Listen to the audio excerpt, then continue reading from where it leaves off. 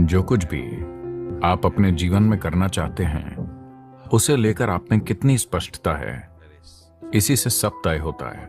हमेशा ऐसा होता है, हाँ या ना? अगर आप में स्पष्टता नहीं है तो आप आत्मविश्वास से इसकी भरपाई करने की कोशिश करेंगे।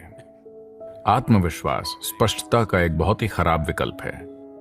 एक दिन शायद आप विश्वास के भरोसे पार चले जाएं, तो आत्मविश्वास स्पष्टता का विकल्प नहीं है।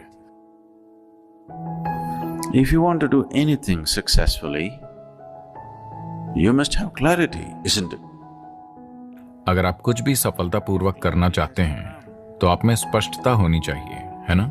अगर स्पष्टता लानी है तो सबसे महत्वपूर्ण चीज है आपकी रीढ़ को एक निश्चित अवस्था में होना चाहिए, क्योंकि आपका बोध बड़े पैमाने पर वहीं से तय होता है। देखिए, रीढ़ केवल एक भौतिक पदार्थ नहीं है, इसके द्वारा सूचनाएं भेजी जाती हैं। ये एक गहरा संचार नेटवर्क है।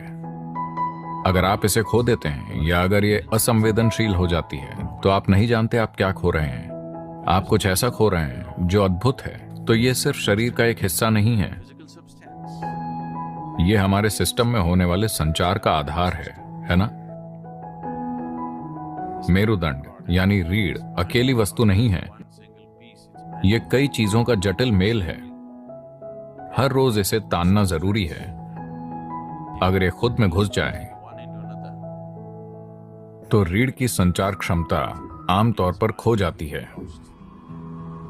तो ये योग नमस्कार रीढ़ के कमर के इलाके को जबरदस्त तरीके से सक्रिय कर देता है।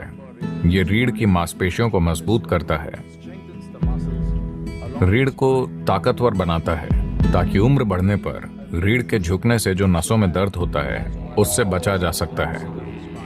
और अगर पहले से ही नुकसान हो चुका है तो आपकी रीढ़ को फिर से नया करने का सबसे अच्छा तरीका योग नमस्कार होगा।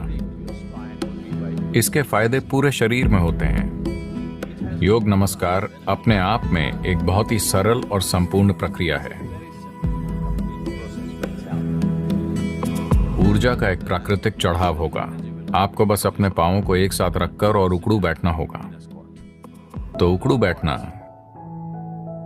सबसे अच्छा है। अगर आप अपने पंजों को एक साथ रखकर बैठ सकते हैं। आप में से ज्यादातर ऐसा नहीं कर सकते, फिलहाल बहुत कम लोग कर पाएंगे।